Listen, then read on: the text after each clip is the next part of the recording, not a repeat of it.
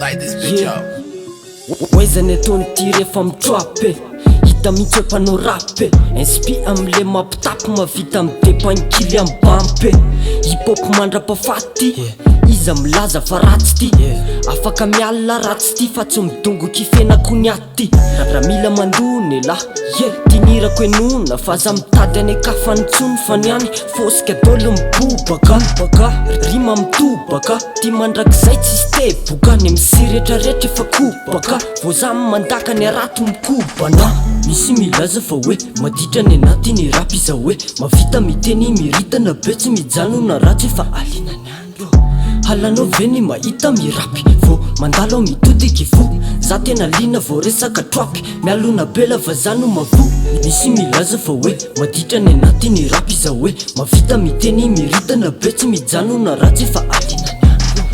halanao ve ny mahita mirapy vo mandalo mitodiky fo za tena lina vo resaka troapy mialona be lava zano mavo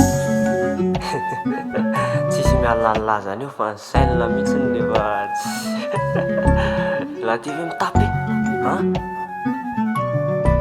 mpanao rap zany la avaiza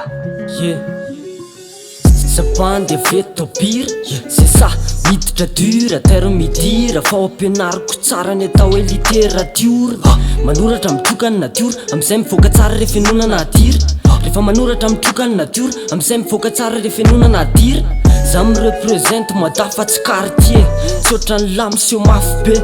mafy be nefa maivana ohatrany carton tsisy kalitao perasiga za kely tao makaga nefa manambaka nireo zokobe retraretra mipaly tao ty senti apart tao misy milaza fa hoe maditra ny anaty ny rap iza hoe mavita miteny miritana be tsy mijanona ratsy efa alinany andro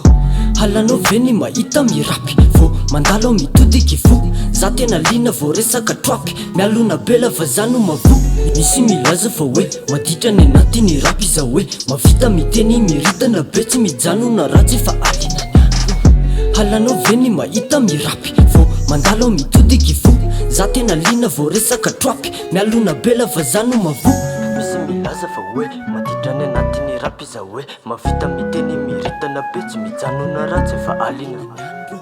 halanao ve ny mahita mirapy vo mandalo mitodiky fo